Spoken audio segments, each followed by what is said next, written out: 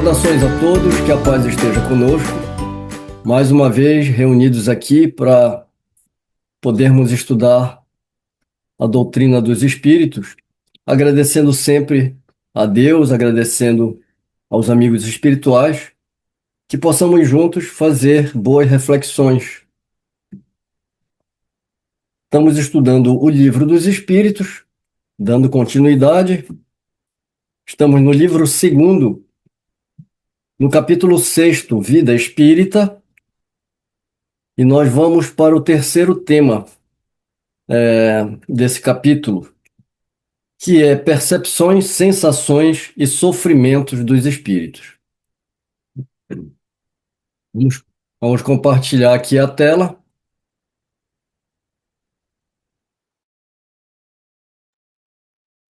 Percepções, sensações e sofrimentos dos espíritos. Vamos fazer uma pequena introdução antes da gente entrar no tema em si. Então, este é um texto introdutório que nós preparamos para que a gente possa ter uma visão geral do capítulo, né? Do capítulo não, dessa parte desse capítulo. Então, sobre percepções, sensações e sofrimentos dos espíritos, nós escrevemos o seguinte: neste ponto, a atenção se volta para a maneira pela qual o espírito percebe, sente e sofre fora do corpo. O capítulo afasta dois enganos: o de imaginar o espírito como ser quase apagado, sem vida sensível, e o de lhe atribuir, sem correção, as mesmas condições orgânicas da existência terrestre. O que se afirma é que o espírito percebe mais do que percebia no corpo, mas percebe de outro modo e sofre sim, porém não segundo os mecanismos materiais do organismo. Porque é uma coisa muito comum, né? As pessoas pensam no espírito, mas elas não têm uma definição exata e acaba tendo uma impressão como se fosse um ser quase apagado, né? Não temos uma ideia exata. E o outro ponto, né, é tentar, das mesmas condições orgânicas que nós temos no corpo físico, pensar que o espírito sofre da mesma maneira. O espírito desencarnado, ele percebe. Inclusive, ele vai ter uma percepção muito maior do que quando ele está encarnado. As nossas percepções, elas se tornam mais plenas e mais sem limites, porque nós estamos limitados pelo corpo físico. E nós já estudamos essas questões e vamos aprofundar um pouco mais lá para frente, inclusive sobre o próprio esquecimento das outras encarnações. Porque quando encarnados, nós temos uma limitação para que nós possamos passar pelas provas que nós próprios escolhemos, a maioria das vezes.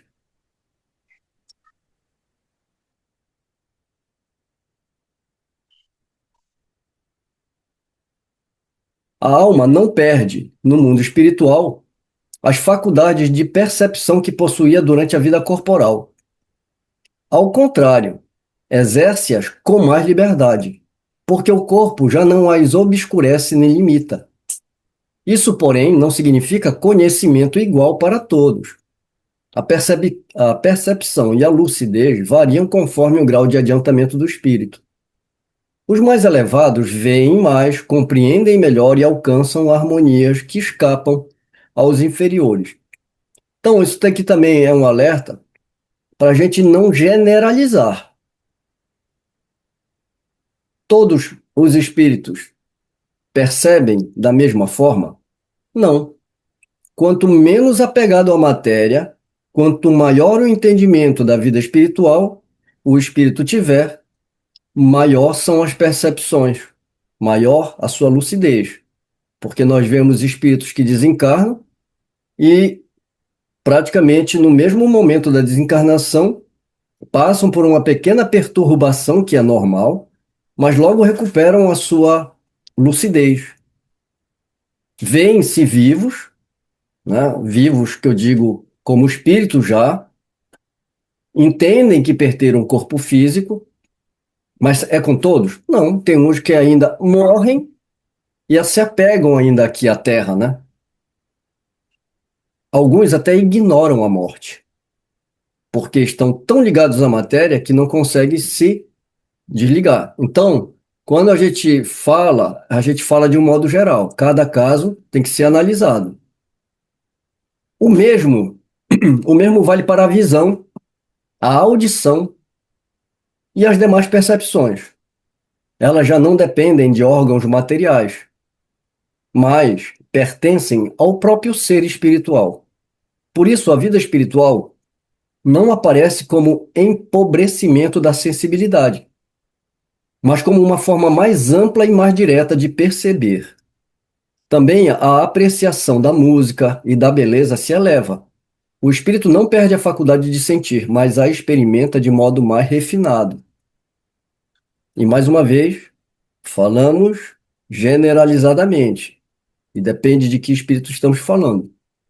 Então, quando a gente fala, o espírito vê, esse termo é usado, inclusive, né, por Kardec, e nós, inclusive, já até escrevemos um artigo sobre isso, né, visão de Deus, como é que o espírito vê. Aí fala, o Kardec, ele usou um termo material, né, já que o corpo, o espírito não é material, né, por que que ele usa?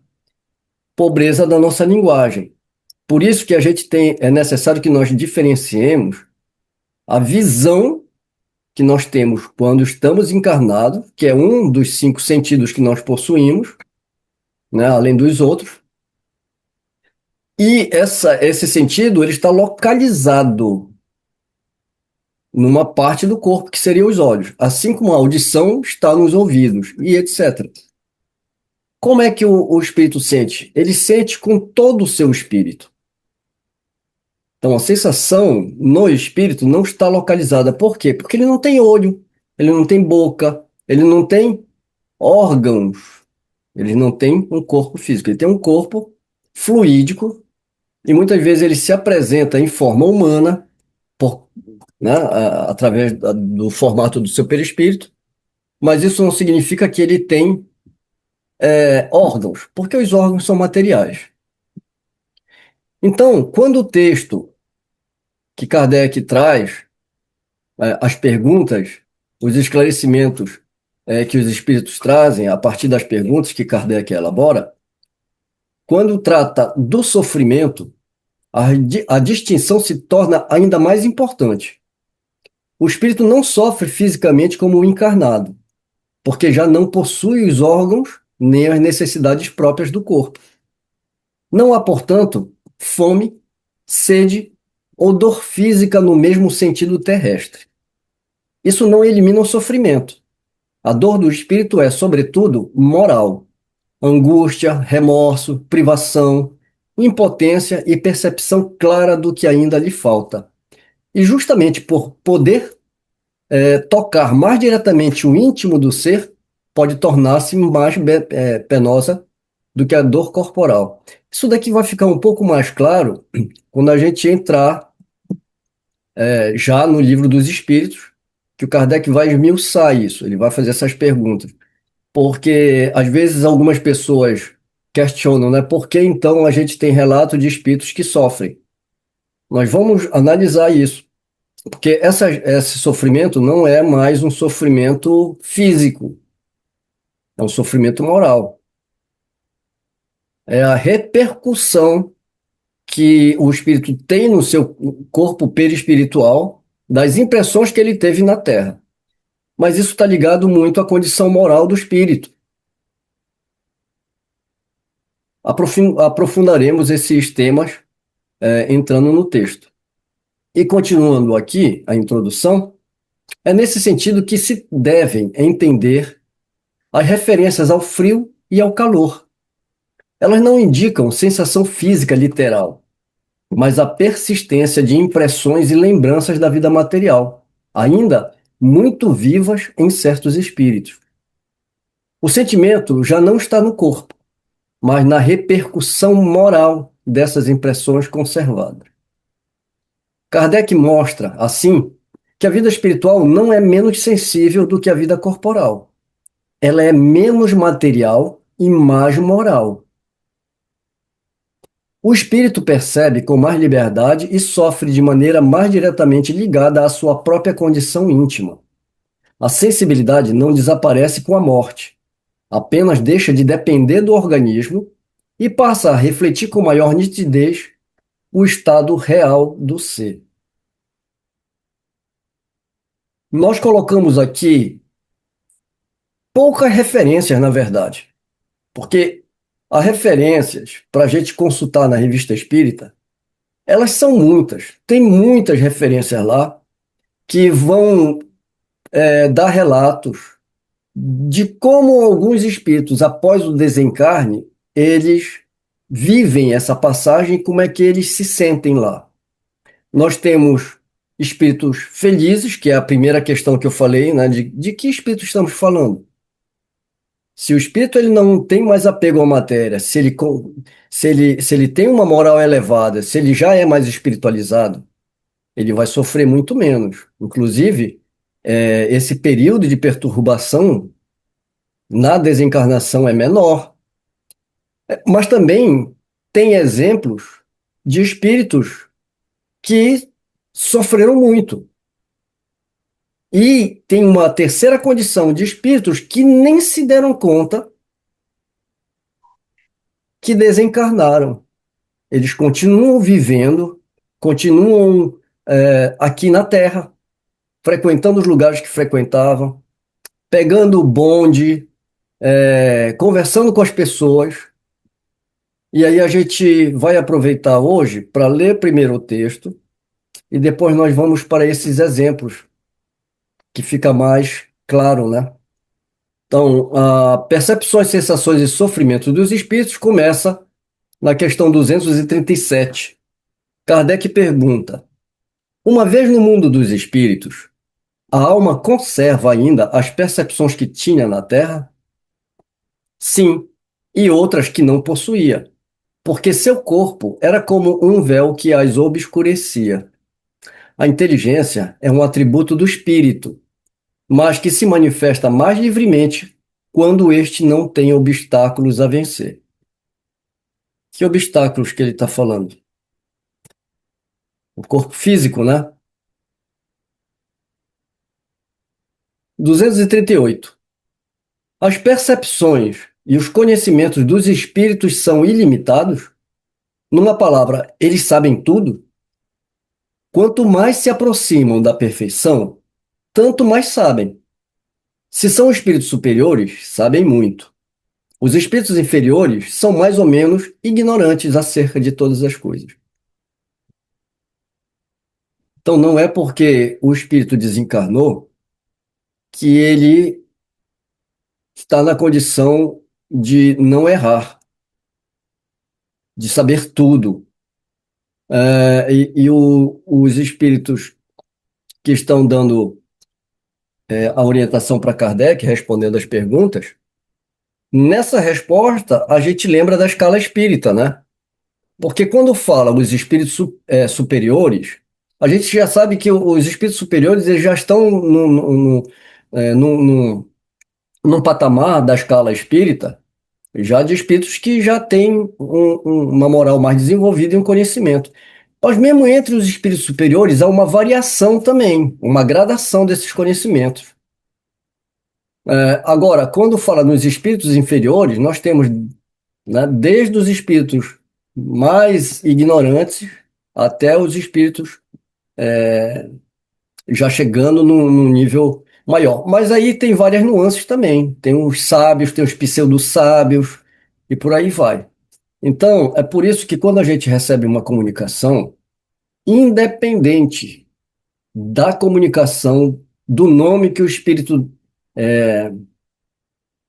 decline, nós temos sempre que ter cuidado fazendo análise, das comunicações.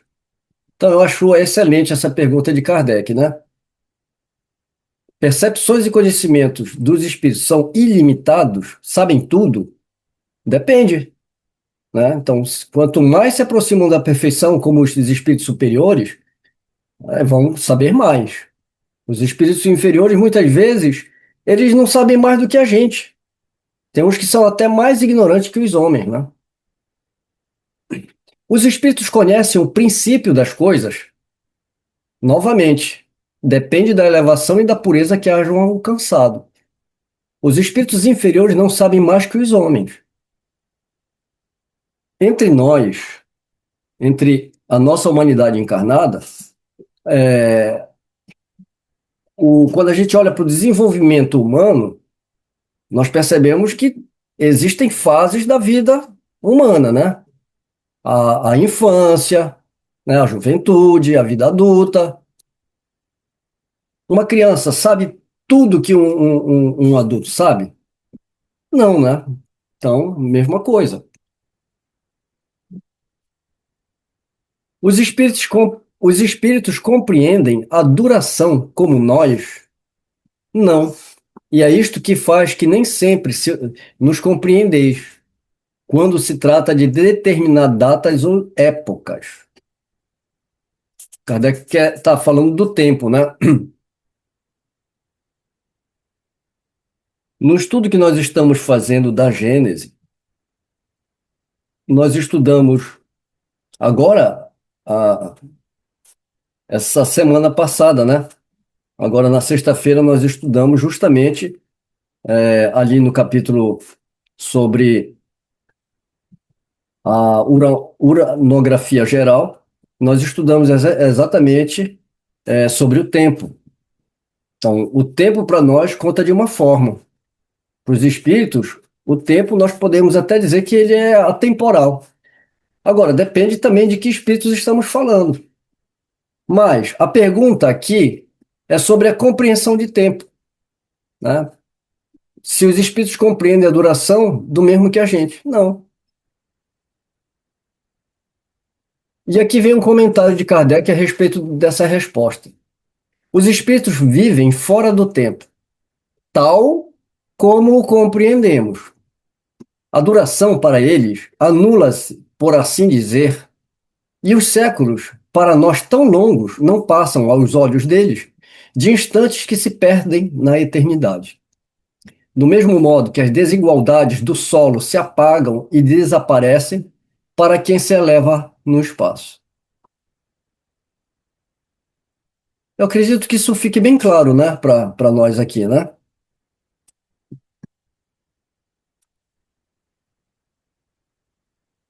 241. Os espíritos fazem do presente uma ideia mais precisa e mais justa do que nós, mais ou menos como aquele que vê claramente faz a ideia mais exata das coisas do que o cego. Os espíritos veem o que não vedes, julgam, pois, de modo diverso do vosso. Mas ainda uma vez, isso depende da elevação deles. Olha, isso tem até uma lógica com o que a gente vem falando até aqui, né? Porque se a gente está falando que muitas vezes a gente mesmo, através do sonho, a gente tem uma percepção, mesmo quando a gente está emancipado através do sonho, a gente tem percepções diferentes do quando a gente está limitado no corpo físico, no sentido de estar num estado de vigília.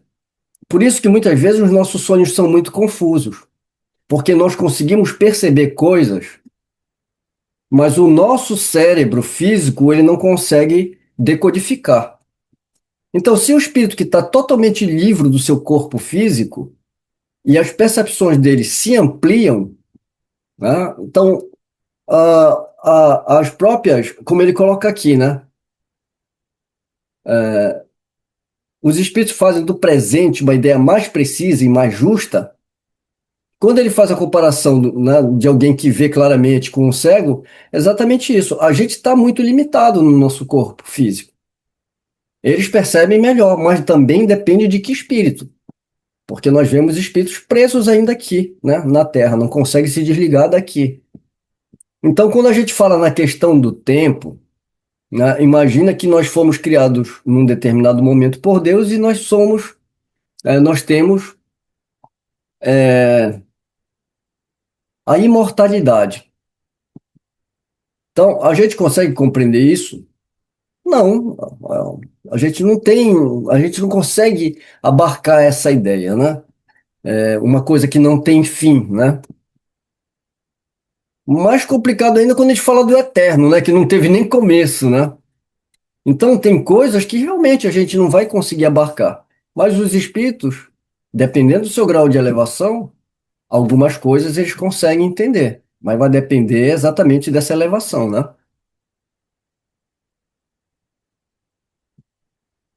242. Como é que os espíritos têm conhecimento do passado? Esse conhecimento é ilimitado para eles? O passado, quando com ele nos ocupamos, como é um espírito falando, né? Então ele está falando, nós espíritos, quando nós ocupamos com o passado, ele vira presente. É exatamente como te lembra de uma coisa que te impressionou no curso do teu exílio. Simplesmente, como já não temos o véu material que obscurece a tua inteligência, lembramo-nos de coisas que para ti estão apagadas. Mas nem tudo os espíritos sabem, a começar pela sua própria criação.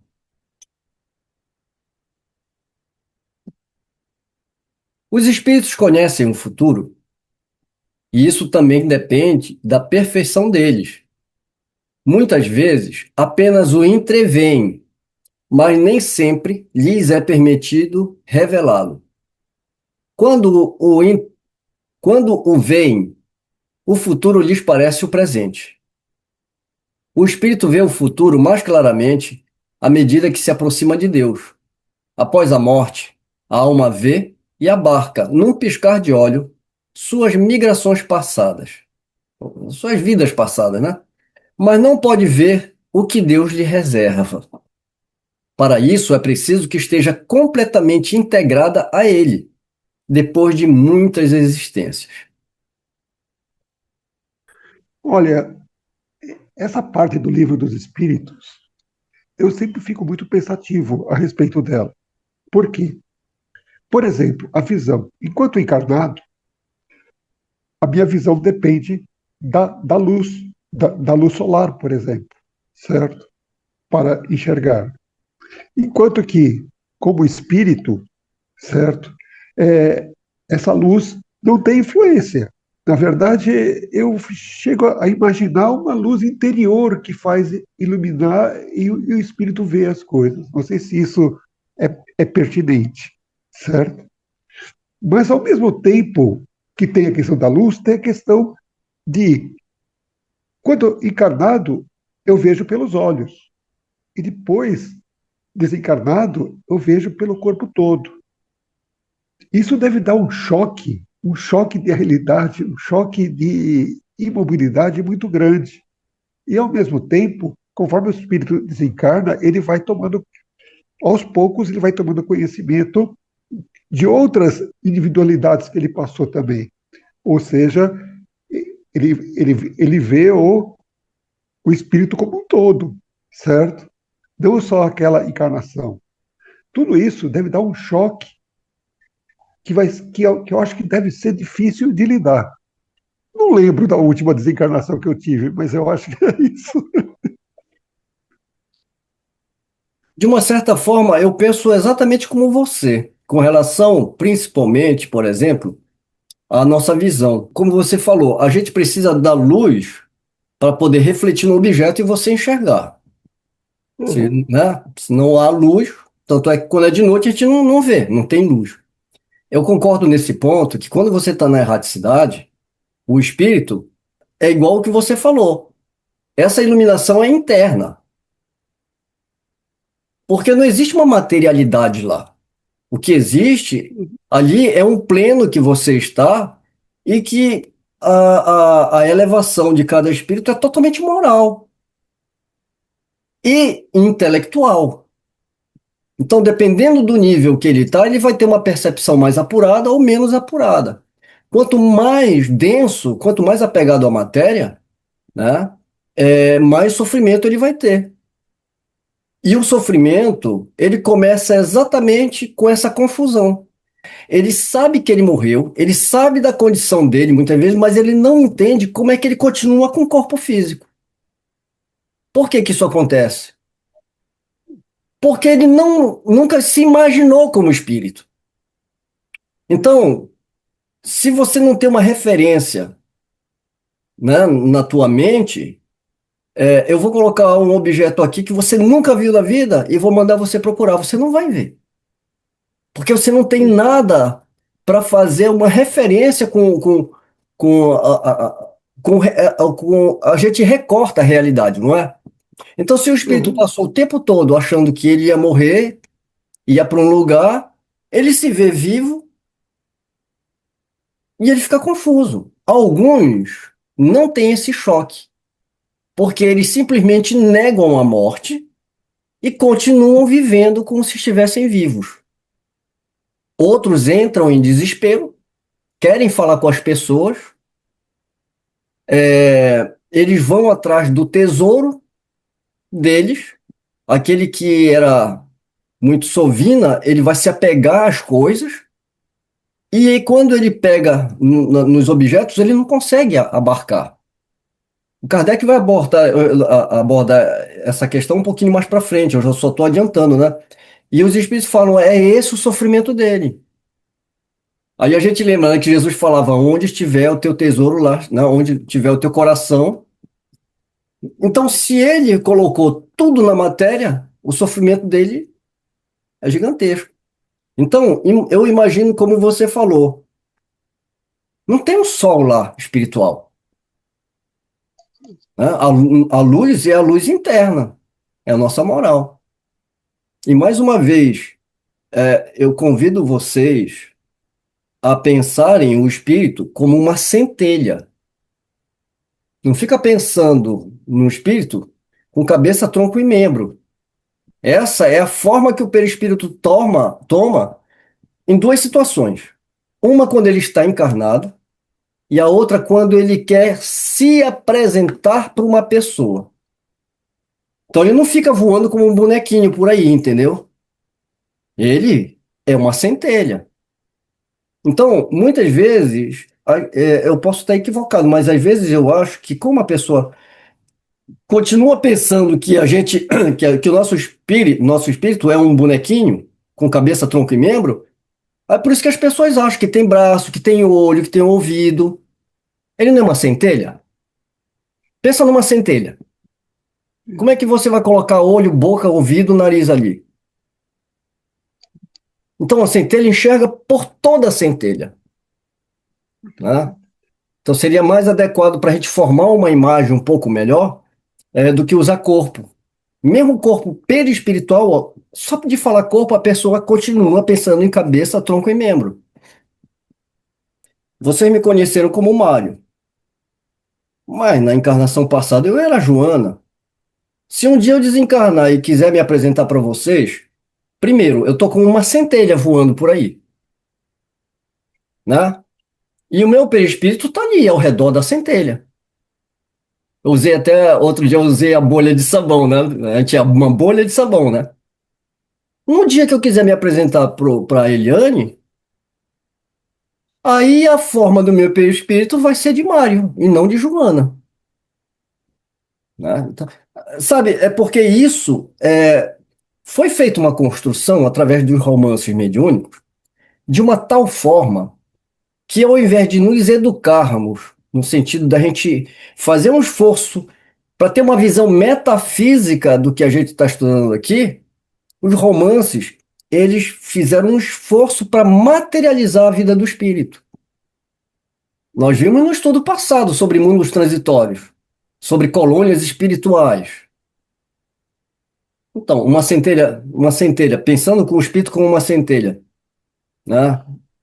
Então, aí se a gente se livrar dessas ideias materiais, o esforço que a gente tem que fazer aqui é imaginar o espiritual. eu acredito muito que todos nós somos estrelas, com a sua luz própria. 243. Os espíritos conhecem o futuro? Isso também depende da perfeição deles. muitas vezes apenas o entreveem, mas nem sempre lhes é permitido revelá-lo. Quando veem o futuro, lhes parece o presente. O espírito vê o futuro mais claramente à medida que se aproxima de Deus. Após a morte, a alma vê e abarca, num piscar de olhos, suas migrações passadas, mas não pode ver o que Deus lhe reserva. Para isso, é preciso que esteja completamente integrada a Ele, e depois de muitas existências. Os espíritos que alcançaram a perfeição absoluta têm conhecimento completo do futuro? Completo não é bem o termo, pois só Deus é soberano Senhor e ninguém o pode igualar.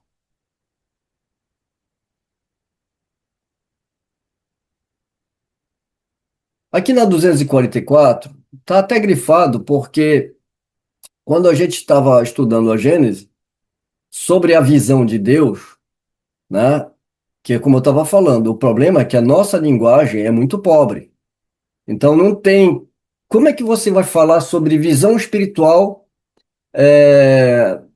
para quando você está desencarnado sem usar a palavra visão?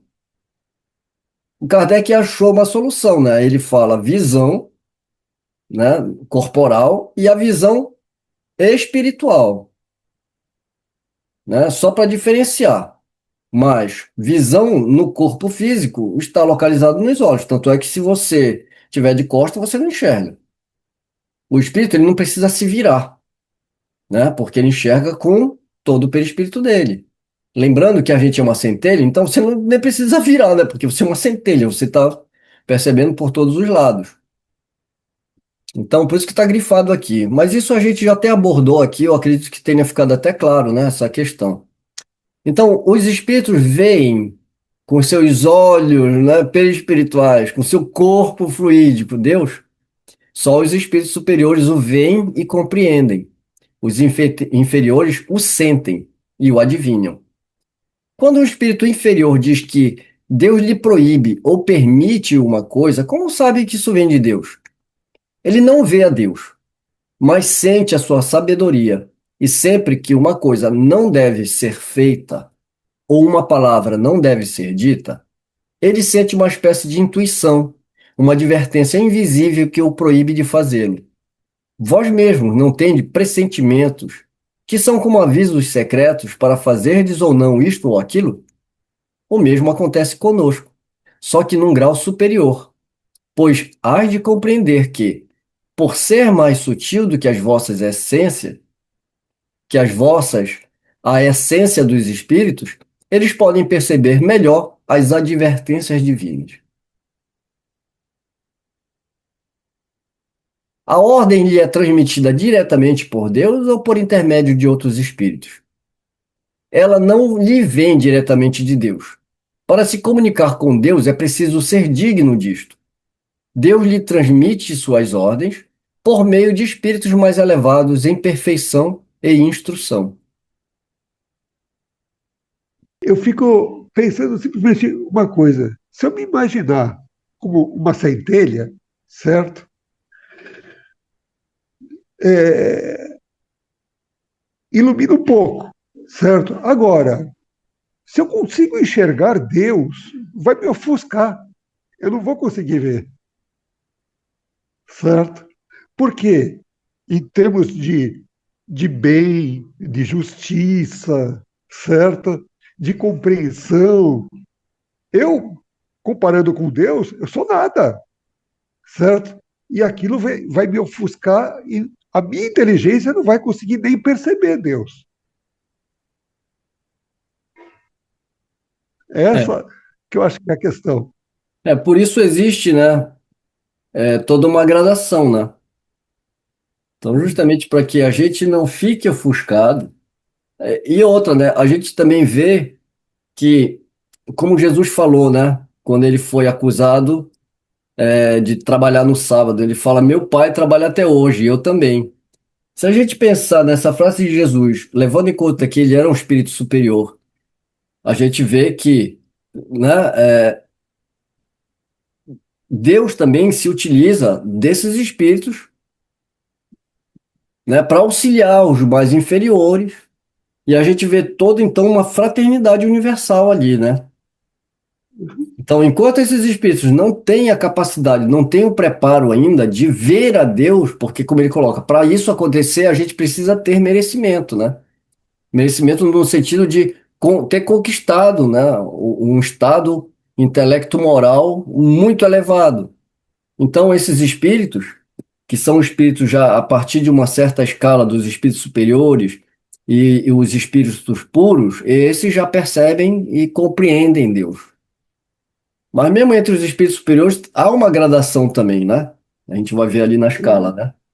Então, é paulatino. Nada da criação é de súbito, né? E são conquistas, né, também, o que torna Deus justo e bom, porque ele não dá privilégio. Todos podem chegar num grau de evolução a partir dos seus próprios esforços. E ninguém está condenado ao inferno, né, a uma pena eterna, e muito menos não temos privilégios por a questão de alguns atos de bondade aqui na Terra, a gente já alcance o céu, né, pela eternidade lá. O que seria até uma forma de você até punir, né? Porque um espírito no ócio deve ser mais terrível do que se ele tivesse encarnado na Terra, né? Finalmente, Kardec vai falar sobre a visão. Ele pergunta se a visão dos espíritos é circunscrita como a dos seres corpóreos. A gente entende circunscrito aqui que ele está falando se está limitado a uma localidade no corpo físico, como no corpo físico estão os olhos. A visão dos espíritos está localizada em algum lugar como os seres corpóreos? Não, ela reside neles por inteiro. Os espíritos precisam de luz para ver? Veem por si mesmo, sem precisarem de luz exterior. Para eles não há trevas, a não ser aquelas em que podem achar-se por expiação. Então, é mais ou menos o que você falou, Fernando. Então, eles não precisam, porque eles veem onde que está essa luz. A luz é interna, né? Os espíritos têm necessidade de transportar-se para ver o que se passa em dois pontos diferentes?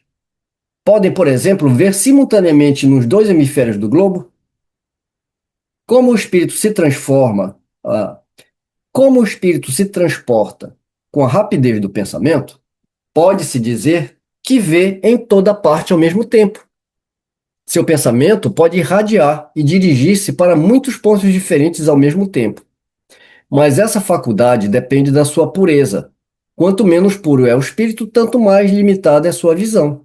Só os espíritos superiores podem abarcar o conjunto. Essa pergunta é muito interessante e mais interessante é a resposta. Porque eu fico pensando aqui, ó, tá? Eu fico pensando assim. A gente nem leu ainda o comentário de Kardec, né? Mas eu vou me atrever a fazer um comentário antes da leitura do comentário de Kardec. Mas eu fico pensando aqui com meus botões. Se você tem alguns espíritos que estão encarnados, que têm a capacidade da bicorporeidade, ou seja, de estar em dois lugares ao mesmo tempo, nós estamos falando de homens que têm essa capacidade, né? Tem casos na Revista Espírita narrando isso, tem casos no Livro dos Médiuns, e mesmo entre nós, existem pessoas que têm essa capacidade. Aí eu fico me perguntando, imagina quando esse homem estiver desencarnado. É o que ele fala, para o espírito isso é normal, porque ele se irradia pelo pensamento, não é? Então ele pode estar no local de forma muito rápida. Aí eu me pergunto, por que que eu preciso de aeróbus? Não é? Lá vai, eu sou chato, né? Mas por que que eu preciso de aeróbus para me transportar? Aí os camaradas, quando eles vão lá no umbral, no Vale dos Suicidas para resgatar aqueles espíritos lá, eles vão com carruagem. As carruagens puxadas por cavalos. Na frente vão cachorros batedores. E tem umas espécies de abutres que vão comendo as formas de pensamento.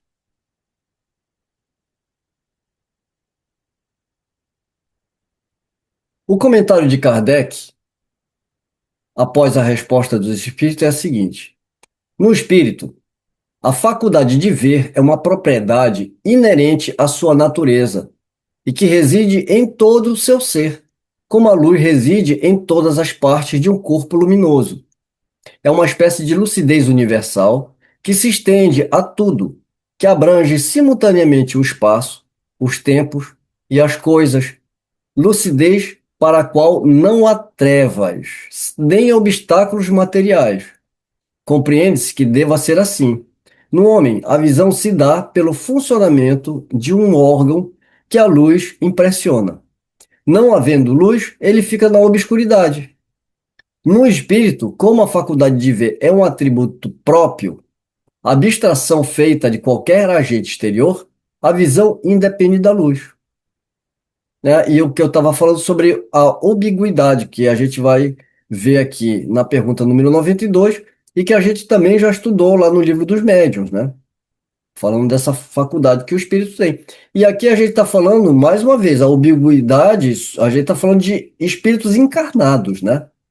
Imagine a faculdade num espírito desencarnado, né? Então ele não precisa se locomover, ele não precisa de luz. Aí eu te pergunto, se Kardec está falando que não precisa de luz, por que que eu tenho um sol na erraticidade? É, só rindo, né, Fernando? 248.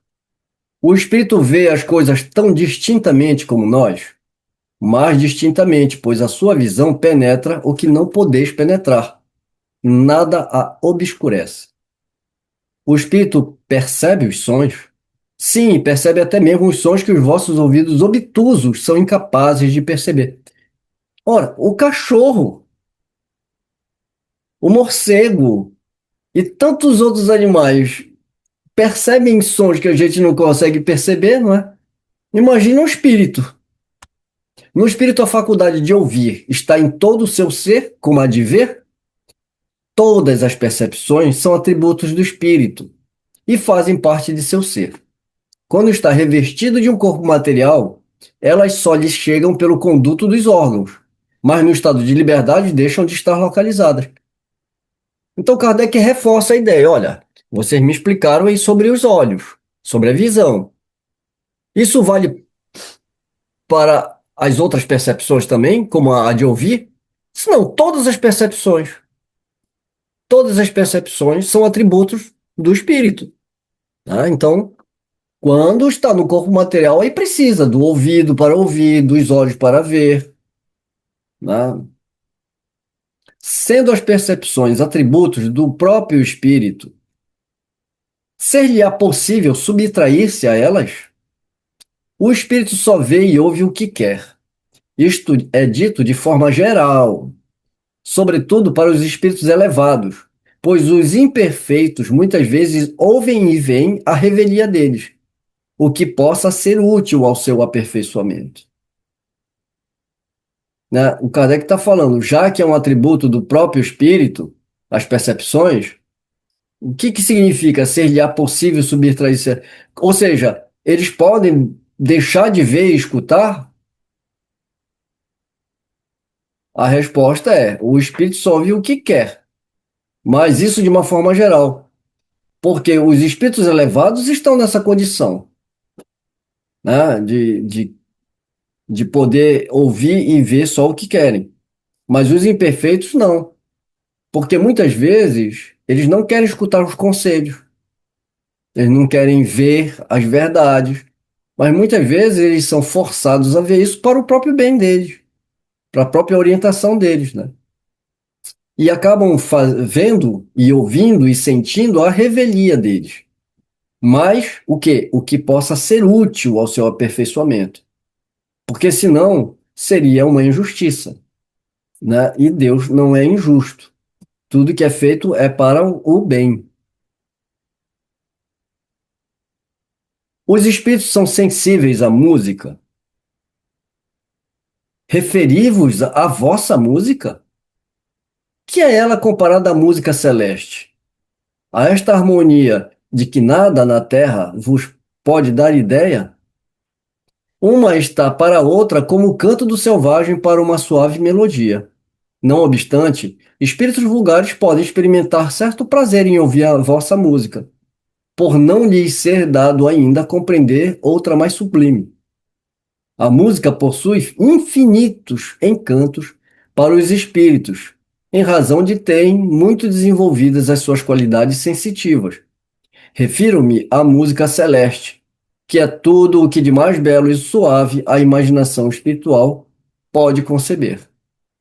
Então, depois de desencarnados, nós continuamos, com o gosto para todo tipo de arte, né? Música. Só que o espírito tem uma acessibilidade muito maior, né? 252. Os espíritos são sensíveis às belezas naturais. As belezas naturais dos globos são tão diferentes que estamos longe de as conhecer.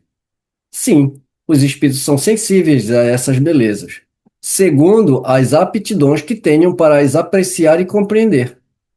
Para os espíritos elevados, há belezas de conjunto, diante das quais se apagam, por assim dizer, as belezas dos detalhes. Os espíritos experimentam as nossas necessidades e sofrimentos físicos. Eles os conhecem porque os sofreram, mas não os experimentam como vós, materialmente, porque são espíritos. Espírito não tem corpo material. Se não tem corpo material, não tem como sofrer dor, frio, né? Não sofrem, não experimentam, né? Como vós, materialmente. Então quer dizer que sofrem, sofrem, mas não materialmente. É o que a gente vai ver. Os espíritos sentem fadiga e necessidade de repouso. Não podem sentir a fadiga tal como a entendeis. Conseguintemente, não precisam de repouso corpóreo, já que não possuem órgãos cujas forças devem ser reparadas. Contudo, o espírito repousa no sentido de não estar em constante atividade.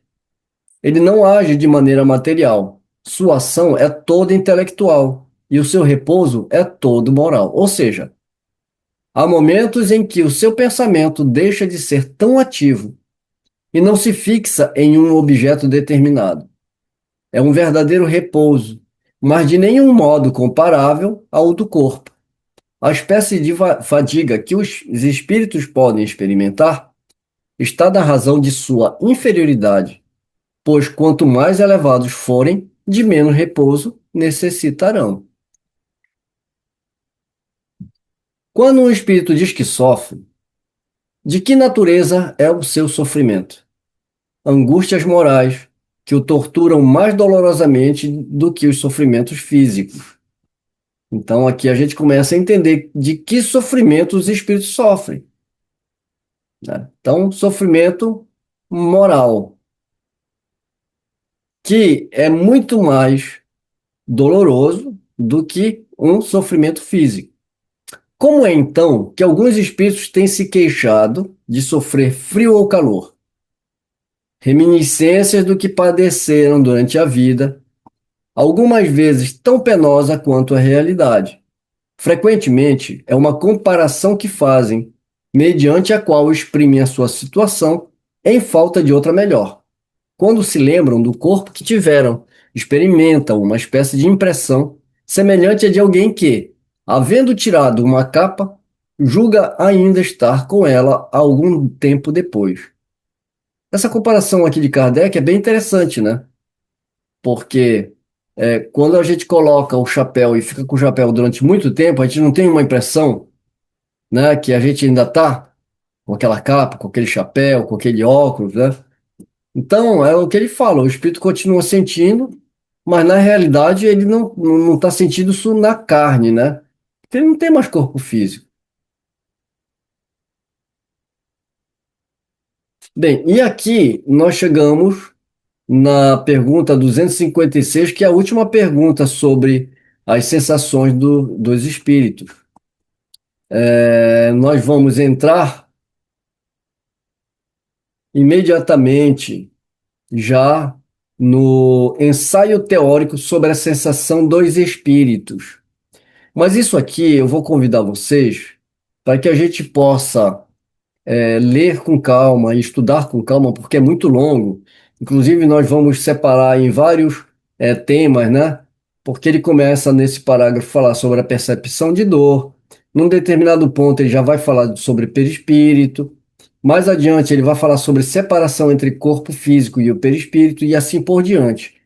No livro original, Kardec, ele não faz essas divisões. Essas divisões nós criamos aqui para que seja mais fácil a gente perceber onde começa um assunto e onde termina o mesmo. Nós vamos deixar a leitura e a reflexão desse ensaio teórico para o próximo estudo, ou seja, para o próximo domingo.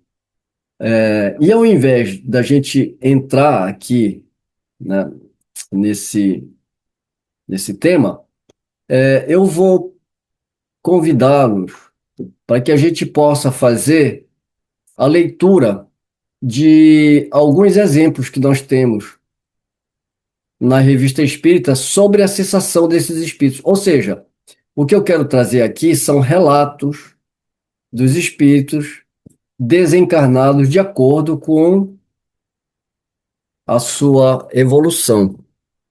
Ao contrário do que muitos grupos ligados ao movimento espírita fazem, que é estudar a doutrina espírita lendo obras mediúnicas, nós vamos fazer o que nós devemos fazer.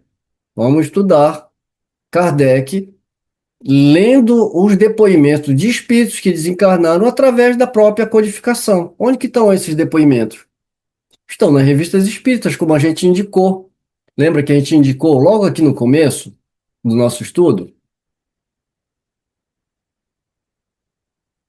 Nós indicamos, né, algumas. Lógico, esses artigos eles são muito grandes, talvez ocuparia muito tempo, mas a gente vai trazer alguns aqui, né, e a gente vai tentar fazer um pequeno resumo. Então, na Revista Espírita, de novembro de 1860, o Kardec recebeu, né, uma mensagem de um espírito falando sobre a sua condição logo após o desencarne. Primeiras impressões de um espírito. A médium foi a senhora Costel. Falarei da estranha mudança que se opera no espírito logo após sua libertação. Ele se evapora dos despojos que abandona como uma chama se desprende do foco que a produziu. Depois sucede uma grande perturbação e essa dúvida estranha: estou morto ou estou vivo? A ausência das sensações ordinárias produzidas pelo corpo surpreende e imobiliza, por assim dizer. Então ele começa a perceber, mas não mais do jeito como estava encarnado, né? Então isso é estranho, né? Surpreende e imobiliza, por assim dizer. Como um homem habituado a um fardo pesado, nossa alma, aliviada repentinamente, não sabe o que fazer da sua liberdade. Depois, o espaço infinito, as maravilhas sem número dos astros, sucedendo-se num ritmo harmonioso, os espíritos solícitos flutuando no ar e deslumbrantes de luz sutil que parece atravessá-los. O sentimento da libertação que inunda de repente, a necessidade de lançar-se também no espaço como aves que querem treinar as próprias asas, tais as primeiras impressões que todos nós sentimos. Não vos posso revelar todas as fases dessa existência. Apenas acrescentarei que, tão logo satisfeita com o seu encantamento, a alma ávida quer se lançar e subir mais às regiões do verdadeiro belo. do verdadeiro bem, e essa aspiração é o tormento dos espíritos sedentos do infinito. Como a crisálida, esperam despojar-se de sua pele, sentem, sentem brotar as asas que os levarão radiosos ao azul abençoado. Mas, retidos ainda pelos laços do pecado, devem planar entre o céu e a terra, não pertencendo nem a um nem a outra, que são todas as aspirações terrenas, comparadas ao ardor insaciável do ser, que entreviu um recanto da eternidade. Sofrei, pois, bastante, para chegardes depurados entre nós. O Espiritismo vos ajudará, pois é uma obra abençoada. Liga entre si os espíritos e os vivos, formando os elos de uma cadeia invisível que sobe até Deus. O espírito que assina é Delfine de Girardin. Então, nós vemos um depoimento curto, né, e de um espírito que já está numa compreensão, né, bem diferente, né? Então, aí a gente vê, por isso que os espíritos falam sempre para a gente, de que espírito estamos falando, qual é o grau de entendimento que ele tem. Então, para esse espírito, o depoimento dele é esse, porque é a condição que ele já entra no plano espiritual, né? Deixa eu trazer um outro caso aqui, porque nós temos também, por exemplo, o senhor Sanson. Mas eu não vou nem trazer esse caso do senhor Sanson aqui, eu vou deixar como dever de casa, né? Porque a comunicação do senhor Sanson são várias comunicações que ele dá, inclusive ganha destaque esse caso do senhor Sanson, e Kardec vai colocar inclusive no céu e o inferno, né? Mas o senhor Sanson é um homem que abraçou o espiritismo, era um homem de uma moral muito elevada, e as comunicações dele já são de um espírito que tem um entendimento muito grande. Então, o depoimento dele é muito interessante. Mas eu vou trazer algumas coisas aqui um pouco diferentes. Por exemplo, essa comunicação aqui é muito interessante, tá? Conversas familiares de além-túmulo. Pierre Legaye, o Grand Pierrot. Essa comunicação é dada em 16 de agosto. A médium é a senhora Delane. Pierre Legaye era um rico cultivador, um pouco interesseiro, falecido há 2 anos e parente da senhora Delane. Era conhecido na região pela alcunha de Grand Pierrot. A conversa seguinte mostra um dos ângulos mais interessantes do mundo invisível, o dos espíritos que ainda se julgam vivos. Foi obtida pela senhora Delane, que a comunicou à Sociedade de Paris. O espírito se exprime exatamente como o fazia em vida. A própria trivialidade da linguagem é uma prova de identidade. Tivemos de suprimir algumas expressões que lhe eram familiares por causa de sua crueza. Então, aqui também tem coisas interessantes. Nós lembramos quem foi Gabriel Delane, né? E a esposa, a senhora Delane. São deles que a gente está falando. Essa comunicação, Kardec está falando que foi anotada e enviada para a sociedade. Aonde que estão fazendo a reunião? No centro espírita? Na casa deles, como falou a Marta aqui. Porque as reuniões eram familiares. Mas esse espírito era parente da senhora Delane, né? Lembra das evocações dos espíritos familiares, né? É que essa comunicação também se deu espontânea. Então, diz a senhora Delane, desde algum tempo ouvíamos batidas à nossa volta, presumindo que pudesse ser um espírito. Pedimos então que ele se desse a conhecer. Ele logo se descreveu como Pierre Legaye, conhecido pelo apelido, né, de Grand Pierrot. Ei-vos então em Paris, Grand Pierrot, vós que tinhas tanta vontade de vir aqui? Já inicia com a pergunta, né? Porque aqui Kardec está suprimindo, né?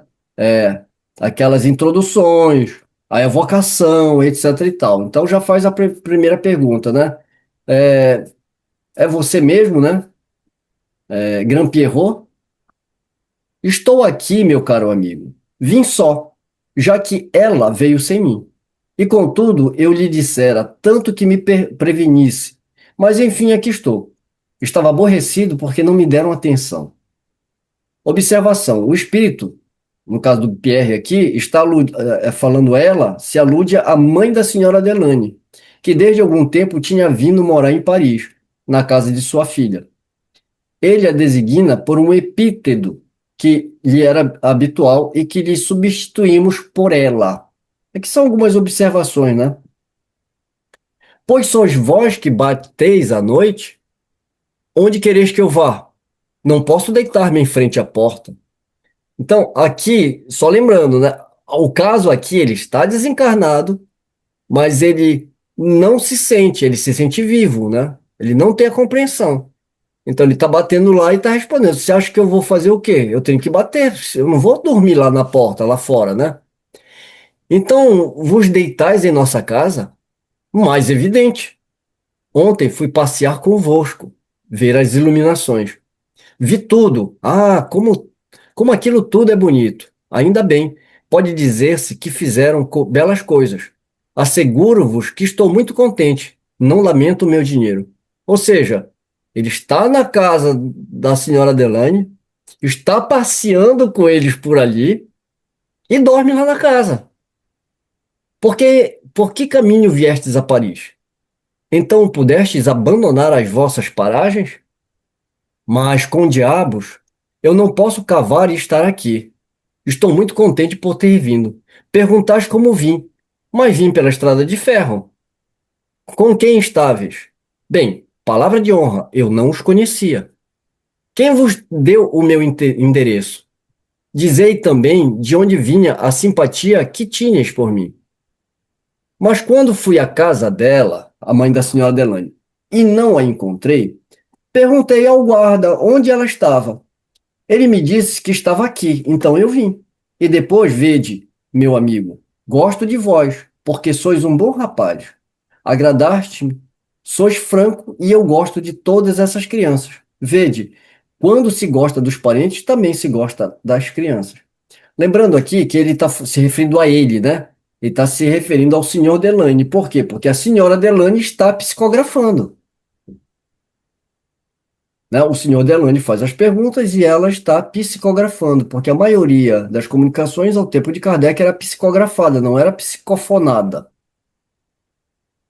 Dizei-me o nome da pessoa que guarda a casa de minha sogra, já que ela tem as chaves no bolso. Resposta: quem lá encontrei? Mas foi o pai Colbert que me disse que ela havia dito que prestasse atenção. Vedes aqui o meu sogro, papai de Delô? Como quereis que o veja se ele não está aqui? Sabeis perfeitamente que ele morreu. Aí a segunda conversa. Tendo ido passar o dia em Châtillon, o senhor e a senhora Delane ali fizeram a evocação de Pierre Legaye. Ou seja, já não é nem mais na casa deles, né? Então, não precisa de um centro espírita, né? Para você ficar fazendo evocações. Você pode fazer num lugar que seja adequado. E aí começam a conversar de novo. Então, viestes a Châtillon, mas eu vos sigo por toda parte. Ou seja, o espírito está andando com eles, né? Como viestes aqui? Sois engraçados. Vim na vossa viatura, do tipo, caramba, eu tô andando com vocês. Você faz cada pergunta. Eu não estava com vocês no carro, né? Na viatura, que provavelmente era uma carruagem, né? Não vos vi pagar a passagem. Subi com Mariane e depois vossa mulher. Pensei que a tinhas pago. Estava na parte superior. Nada me pediram. Não pagastes? Por que o condutor não reclamou? Então era um bonde, né? Na verdade, né? Ele foi para cima, né? E ele ficou admirado, ué. Pensei que você tinha pago, né? Eu estava lá em cima. Ninguém me pediu nada. Quanto custou a passagem de trem de Ligne a Paris? Na estrada de ferro não é a mesma coisa. Fui a pé de Trevaray a Ligne. Perdão, eu não sei como pronuncia, tá? Eu tô lendo como está escrito aqui. Depois tomei o comboio e paguei ao condutor. Foi mesmo ao condutor que pagaste? A quem quererias que eu tivesse pago? A quem querias que eu tivesse pago? Mas, meu primo, então acreditais que eu não tenha dinheiro? Há muito tempo eu havia reservado dinheiro para vir. Não é por eu não ter pago a passagem que devem pensar que não tenho dinheiro. Sem isto, eu não teria vindo. Mas não me respondeste.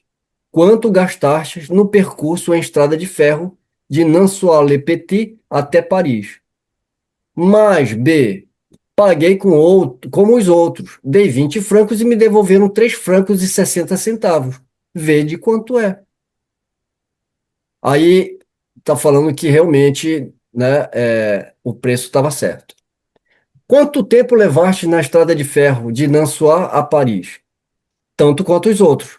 Não fizeram a locomotiva funcionar mais depressa para mim do que para os demais. Aliás, eu não podia achar o tempo longo. Jamais tinha viajado de trem e pensava que Paris era muito longe, muito mais longe. O que me espanta mais é essa velhaca. Tá falando da sogra do senhor D, né? Que aí vem tantas vezes. Por Deus, estou contente de poder correr convosco. Apenas muitas vezes não respondeis. Ele está falando que ele conversa com ele e ele não responde, né? Compreendo. Vossos negócios vos sobrecarregam muito. Ontem não ousei regressar convosco pela manhã. A casa comercial onde o senhor D está empregado. E fui visitar o cemitério de Montmartre, creio. Não é assim que o chamais? Precisais dizer-me os nomes para que possa contá-los quando lá voltar. Com efeito, o senhor e a senhora Delane tinham ido pela manhã ao cemitério. Ou seja, ele está andando de um lado para o outro com eles, fica admirado porque fala, você fica me perguntando coisas óbvias, estávamos juntos. Eu noto que vocês não respondem, mas deve ser porque vocês estão ocupados. Enfim, né? Eu vou adiantar aqui, tá? Né? Então, ele está o tempo todo falando, né? De uma forma como se ele estivesse vivo. E a grande confusão das pessoas que leem esse artigo, como nós vimos no estudo retrasado e passado, é que as pessoas citam esse artigo como se as pessoas estivessem numa colônia espiritual. Ele não está na colônia espiritual, ele está aqui na Terra. Tanto é que ele está pegando o trem em Paris, etc e tal, né? Ah, mas ele está pegando o trem, ele está subindo não sei o quê. Ele pensa que está fazendo, ele pensa que está pagando. Conforme a gente vai lendo aqui, né, as explicações vão ser dadas exatamente através das respostas que ele vai estar dando, né? Aqui eu pulei para a terceira conversa, para a gente adiantar um pouco. Eu vou pegar aqui desse trecho, já na terceira conversa. Há quanto tempo estás em Paris? Sabeis perfeitamente que cheguei quinta-feira última, creio que há 8 dias. Ou seja, ele sempre fala, quando falava, né? Como tu sabes, eu cheguei, né? Como não vi vossa mala, se precisardes de roupa branca, não vos constrangeis. Aí o Pierre responde: tomei 2 camisas, é o bastante. Quando estiverem sujas, eu voltarei para casa. Gostaria de não vos incomodar. Aqui o trecho que eu queria chamar a atenção. Quereis dizer o que vos disse o pai Colbert antes de vossa partida para Paris? Ele está na casa de Marianne há um bom tempo, vendendo-a. Quis ainda ficar por lá. Diz que não o perturba, pois aguarda. Dissestes ontem que não vis meu sogro de Delô, porque ele morreu. Como então vedes tão bem o pai Colbert, que também está morto há pelo menos 30 anos? Ah, perguntais o que ignoro. Não havia refletido nisto. O que é certo é que ele está lá, bem tranquilo, mas não vos posso dizer. Ou seja, eles começam a fazer com que ele pense por que que ele está vendo o Colbert que já está morto. E o que que ele está falando aqui? Que ele vê que ele está lá, continua lá na casa, né? Então, o pai Colbert era o antigo proprietário da casa da mãe da senhora Delane. Parece que desde sua morte ficou na casa, da qual se constituiu guarda, e que também ele se julga ainda vivo. Assim, esses dois espíritos, Colbert e Pierre Legais, se veem e conversam como se ainda pertencessem a este mundo, não se dando conta da sua situação, né? É, Aí vem é, a terceira conversa, e já perto do final dessa conversa, né, ele começa então a falar sobre é, esse estado, né, do Pierre Legai. Porque nessa última conversa, o Pierre Legai começa a ficar muito confuso. Como é que ele conversa com gente que já morreu e ele começa a não entender? E já no último final ali da terceira conversa, eles começam a fazer ele pensar, né? Aí os espíritos mentores falam então que ele está muito confuso, ele não, já não pode mais prosseguir dando as comunicações. E nesse momento é que ele começa a ser preparado para que se mostre a realidade, que ele entenda que ele não faz mais parte do mundo material, que ele precisa seguir seu caminho, etc e tal, né? Então, eu trouxe esse artigo aqui como curiosidade, mas como eu falei, existem outros e outros artigos. Pelo nosso tempo, né, nós já temos que encerrar o nosso estudo, e ao mesmo tempo eu não queria deixar para o outro estudo a continuação, porque nós já abordamos o tema, né, esse que era o objetivo, eu acho que nós alcançamos o objetivo. Tentamos trazer vários exemplos, mas que não vai dar para ler na íntegra esses exemplos que estão lá, então fica como referência. Na nossa página do YouTube, vai estar lá nos comentários, nas referências, esses artigos, e depois os estudiosos vão lá e analisem. Eu garanto que vocês vão ter uma instrução muito maior e muito mais próxima do que é o verdadeiro espiritismo do que vocês consultando obras de André Luiz, obra de espíritos que vão trazer depoimentos contraditórios. O estudo de hoje me mostrou exatamente por que Kardec fala que o espiritismo e o magnetismo animal são ciências irmãs. Na visão espiritual que Kardec fala, e o que acontece com o sonâmbulo, na visão que ele tem, é muito semelhante, certo? E de forma que ilustra bem que, na verdade, enquanto o espiritismo coloca a parte dos próprios espíritos, o magnetismo animal é a ciência prática. Exatamente isso. Não sei se eu estou errado. Bem, que o espiritismo e o magnetismo são ciências que uma prescinde da outra, isso é uma fala de Kardec. O problema é que quem conhece a ciência do magnetismo, né? O nosso conhecimento é muito escasso, né? A nossa literatura sobre magnetismo é muito escasso.